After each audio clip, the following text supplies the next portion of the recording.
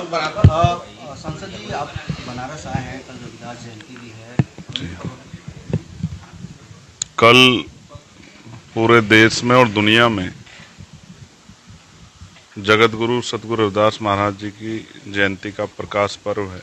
बहुत सारे जगहों पर नगर कीर्तन होगा, बहुत सारी जगह शोभा यात्राएं निकलेंगी और धार्मिक आयोजन को अच्छी तरह से जो उसका वो कल का दिन अच्छा बीत जाए, ऐसी भी मैं प्रार्थना करता हूं। लेकिन मैं यहाँ ये भी कहूँगा कि उत्तर प्रदेश की सरकार ने जिस तरह से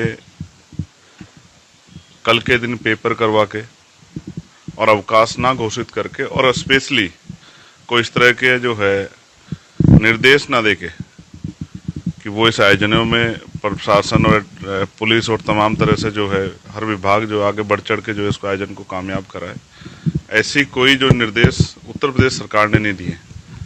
इससे स्पष्ट होता है जब उन्होंने छुट्टी भी नहीं रखी, क्योंकि कई स्टेट ने रखी है, पंजाब ने रखी है, मैं पंजाब सरकार का धन्यवाद दूंगा, उत्तराखंड ने रखी है, उत्तराखंड सरकार का भी धन्यवाद दूंगा, वहाँ के मुख्यमंत्री जी का। लेकिन यहाँ जो मुख्यमंत्री हैं जो अपने आप को साधु कहते हैं, तो दुनिया के इतने बड़े संत के प्रकाश पर्व पे अगर अवकाश भी घोषित नहीं किया और पेपर करा के जो है अपमान करने का काम कर रहे हैं, तो हम लोग इस अपमान को भूलेंगे नहीं। ये जो अपमान, क्योंकि वो हर साल आते हैं, इस बार चुनाव नहीं है, शायद ना आए, प्रधानमंत्री जी भी आते हैं, वो भी आते हैं, लेकिन मुझे लग रहा है क्योंकि अभी चुनाव नहीं है उत्तर प्रदेश में, तो शायद इस बार ना आए। इससे स्पष्ट होता है कि वो सिर्फ राजनीतिक फायदे के लिए ये नाटक करते हैं यहाँ के। अगर उनकी जरा से भी आस्था या उनमें सम्मान होता, इतने बड़े संत जिनका पूरी दुनिया में नाम है, जिनके पूरी दुनिया में प्रचार है, पूरी दुनिया से यहाँ का लोग आएंगे, देश विदेशों में उनकी जो है प्रकाश पर्व मनाया जा रहा है, लेकिन यहाँ की सरकार ने जिस तरह से जो है अपमान करने का काम किया, मेरा मन दुखी है।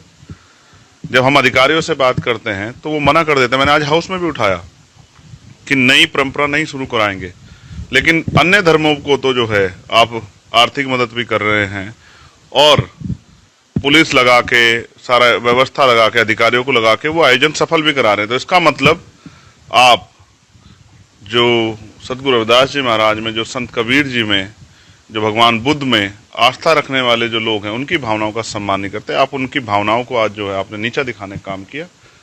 मैं गांव-गांव जाके लोगों के सामने बात बताऊंगा, जो अपमान उत्तर प्रदेश सरकार ने किया, इस अपमान को हम लोग भूलेंगे। राहुल गांधी भी आते थे, प्रियंका गांधी आती थी, अखिलेश यादव भी आते थे। ये पहला मौका है, अखिलेश यादव भी को निमंत्रण गया है, लेकिन बड़ा नेता नहीं है, नहीं तो पहले स्लॉट बनता था, 2 घंटे में ये दर्शन करेंगे, उसके बाद ये। मैं आज आपको स्पष्ट तो हो गया कि उनकी जो भागदौड़ है वो चुनावी है और चंद्रशेखर आजाद की जो भागदौड़ है वो सच्ची है। वो इन महापुरुषों के त्याग, बलिदान, संघर्ष और योगदान के प्रति वो समर्पित भावना है और इनकी बाकी लोगों की भावना राजनीतिक है। मैं किसी को बुरा नहीं कहता, लेकिन ये तो वो दर है, यहाँ जो भी आएगा उसको संतों, गुरुओं, महापुरुषों का आशीर्वाद मिलेगा। और मैं कोशिश करूंगा, इस बार हम लोग उस शक्ति में नहीं हैं, लेकिन जब अवसर हमारे हाथ में होंगे तो हम अवकाश भी रखेंगे और ऐसा प्रकाश पर्व मनाएंगे कि भारत को नहीं, पूरी दुनिया को याद होगा। दिव्य भव्य कुंभ की बात होती थी, लेकिन अब जाम की बातें हो रही हैं। आप ये मत कहना कि ये विपक्ष के लोग आरोप लगा रहे हैं, मीडिया के साथी भी इस बात को देख रहे हैं कि 300-300 किलोमीटर के जाम लगे। मुख्यमंत्री कितने बड़े वादे कर रहे थे और धरातल क्या निकला? आपने 100 करोड़ लोगों को बुलाने की बात की, आप 30 करोड़ लोगों की व्यवस्था नहीं कर पाए। और फिर उसमें कितनी अव्यवस्था है, ट्रेनों के शीशे टूट रहे हैं, बस जो है पार्किंग की जगह नहीं है, लोग जाम में परेशान हैं, बच्चे रो रहे हैं, खाने पीने के सामान नहीं है, वहां 1 रुपए का सामान कई रुपए में देके लोगों की जेब काटी जा रही है। और मुख्यमंत्री जी इसी की बात कर रहे थे कि ये डिजिटल कुंभ है। ये डिजिटल कुंभ नहीं, ये डिजिटल लूट है जो उत्तर प्रदेश की सरकार जो है गरीबों के साथ कर रही है। जिन्होंने वादा तो किया सबको इन्विटेशन देके कि आ जाओ, और आज पुलिस बैरिकेडिंग लगा के रोक कर कह रही है कि वापस जाके अपने घर में और अपने ही कहीं नहा लो। ये जो आस्था का अपमान इवेंट बना के आपने किया है, इसका जो है समय आने पे जनता भी आपको सोच समझ इसको वापस दे, क्योंकि बहुत सारे ऐसे लोग हैं जिनको अभी तक अपने परिवार के लोगों का नहीं पता लगा कि वो कहाँ है। बहुत सारी गाड़ियां ऐसी देखी गई जो गाड़ियां उसी दिन से खड़ी जिस दिन भगदड़ हुई थी, लेकिन मुख्यमंत्री चैन से सो रहे हैं और गरीबों का मजाक उड़ा रहे हैं। मैंने इतने निर्लज मुख्यमंत्री और सिर्फ एडवर्टाइजमेंट वाले मुख्यमंत्री नहीं देखे, जिनका काम है सिर्फ हर चीज का प्रचार करना और धरातल पे कुछ भी जनता को उसका फायदा होता नहीं। आंकड़ों को लेकर के आप आपका पॉइंट ऑफ व्यू क्या है, क्योंकि सरकार ने तीसरी आंकड़ा दिया है जिसमें से 6 लोग को अभी भी जो मृत्यु प्रमाण पत्र है वो नहीं मिला। क्या यहाँ TV9 वाले हैं? जी आपने नहीं देखा? वो आप ही के साथी हैं, किस तरह उनको धक्के दे के भगाएगा जब वो अपनी बात करे थे। मैं मीडिया के साथियों का धन्यवाद दूंगा कि उन्होंने धरातल की सच्चाई दिखाने काम करा, वरना सरकार तो इसको भी डिनाई कर रही थी।